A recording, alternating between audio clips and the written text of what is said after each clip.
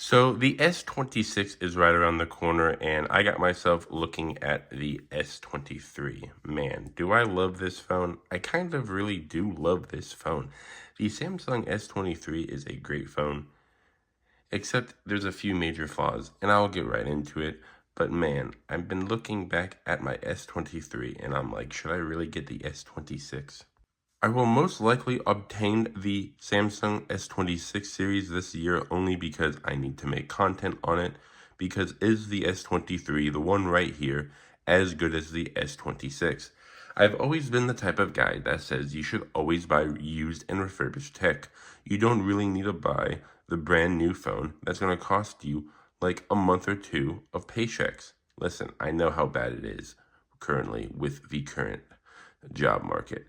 It's tough out there. You can really get away with a lot of the older phones, but if the S26 has a way better battery than this, I will say please get the S26, okay?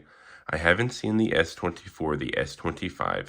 Maybe I should buy them and actually do YouTube videos on them. But here's my biggest problem that I have with this S23. The battery capacity is 3,900 milliamp hours, whatever it's called. And that is just not enough for everyday people. Listen, I'm going to work with this device as my secondary phone, right? Looking at some stuff on the side, doing some calculations. I come home and using it very little, I have like 62 to 68 battery capacity left. Now, granted, this is a refurbished phone and it has an 80% battery capacity, so that is a problem there. But still, why is it that my iPhone 14 Pro Max that I've been using for a while still have like 90% battery capacity left, and I can have all day use with it still. I can use it heavily at work, 2 or 3 hours, even at work, and still come home with at least 30% battery capacity left.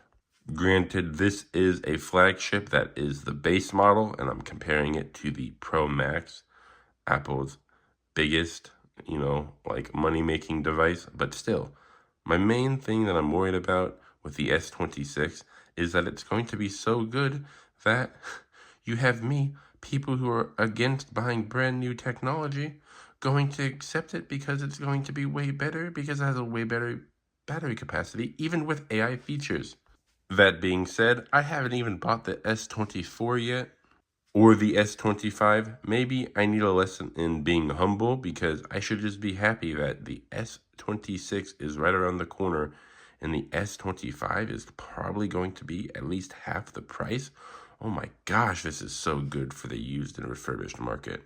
Anyways, that's why I'm afraid of the S26, because the S26 might just be a great and amazing phone.